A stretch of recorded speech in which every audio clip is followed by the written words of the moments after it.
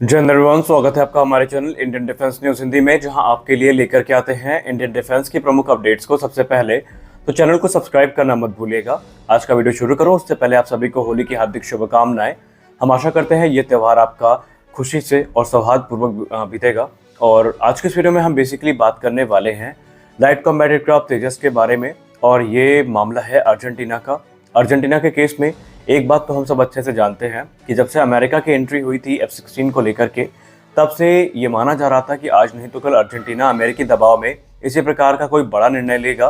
और अब ऐसा होता दिखाई भी पड़ा है। IDRW की एक रिपोर्ट सामने आई है जहां पर यह दावा किया जा रहा है कि अर्जेंटीना 650 मिलियन डॉलर की लागत में 24 की संख्या में जो F-16 फाल्कन्स हैं इनको खरीद रहा है। तो अब सवाल ये उठता है कि लाइट कॉम्बैट एयरक्राफ्ट तेजस और JF-17 का क्या, क्योंकि अर्जेंटीना में अब इसको लेकर के मतभेद भी शुरू हुए हैं। तो आइए ये पूरा मामला जानते हैं आज के अपने इस वीडियो में। दोस्तों, एक बात हम सब अच्छे से जानते हैं कि अर्जेंटीना वो देश है जो काफी लंबे समय से सुपरसोनिक फाइटर्स की तलाश में है, और उनकी ये तलाश कई ओरिजिनल इक्विपमेंट मैन्युफैक्चरर तक पहुंची थी, जिसमें साप था, FA-50 था, लेकिन ये डील कभी फाइनलाइज नहीं हो सकी।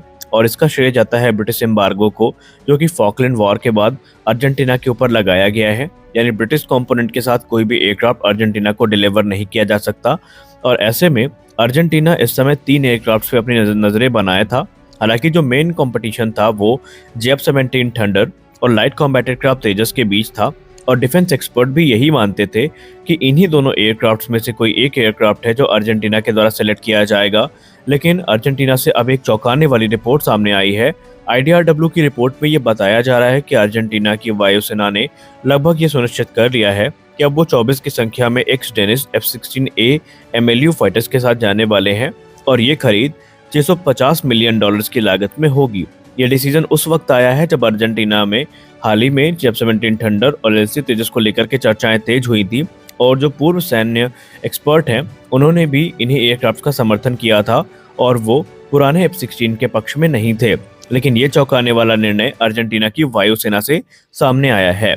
हालांकि अब यहाँ पर एक्सपर्ट ये मानते हैं कि F-16 को सेलेक्ट करने के पीछे की जो सबसे बड़ी वजह है वो है इनकी कॉस्ट, क्योंकि रिपोर्ट के हिसाब से लाइट कॉम्बैट एयरक्राफ्ट तेजस या JF-17 थंडर की तुलना में ये तकरीबन 3 गुना सस्ते दाम में ऑफर किए गए थे, जिनमें से प्रत्येक एयरक्राफ्ट की जो कीमत है वो 14 मिलियन डॉलर पर यूनिट की है। और ये अर्जेंटीना के लिए एक कॉस्ट इफेक्टिव ऑप्शन है। हाँ, ये कहा जा रहा है बेशक कि F-16 के सबसे एडवांस वेरिएंट तो नहीं है, लेकिन अर्जेंटीना की रिक्वायरमेंट को ये पूरा कर सकते हैं, क्योंकि अर्जेंटीना का ये मानना है कि इनकी जो रेपुटेशन है ऑलरेडी स्टैब्लिश्ड है, और अमेरिका से उनको हर प्रकार का जो सपोर्ट है ये मिलता रहेगा। अब यहाँ पर 650 मिलियन डॉलर का जो पैकेज है, इसमें सिर्फ एयरक्राफ्ट ही नहीं शामिल है, बल्कि जो 312 मिलियन डॉलर्स है ये आर्म पैकेज के लिए है, यानी हथियारों के लिए है। आर्मामेंट की बात करें तो अर्जेंटीना इसके साथ एयर टू एयर मिसाइल जैसे कि AIM-9 साइड बाइंडर, इसके अलावा AIM-120 एमरम जैसी जो मिसाइल्स हैं, इनको मॉडर्न एरियल कॉम्बैट को ध्यान में रख करके खरीद रहा है। इसके अलावा जो air to ground weapon system है ये भी अर्जेंटीना के द्वारा खरीदे जाएंगे।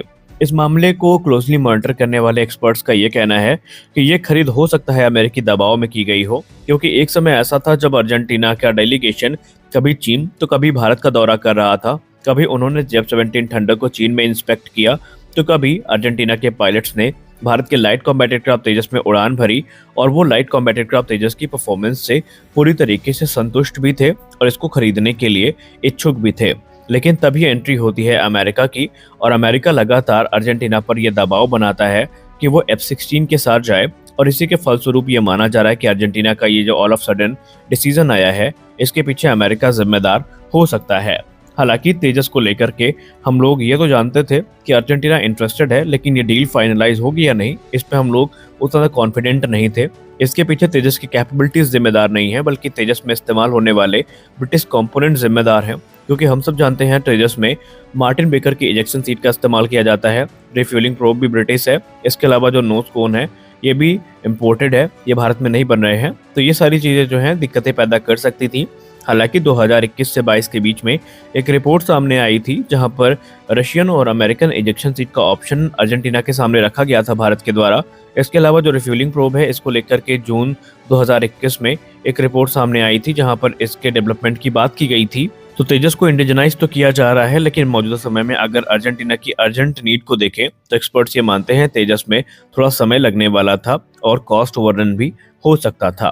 तो चलिए ठीक है, अब अर्जेंटीना के केस में जो होना था वो हो गया। तो आज के इस वीडियो में बस इतना ही, मिलते हैं अगले वीडियो में कुछ और अपडेट्स के साथ। तब तक के लिए जय हिंद।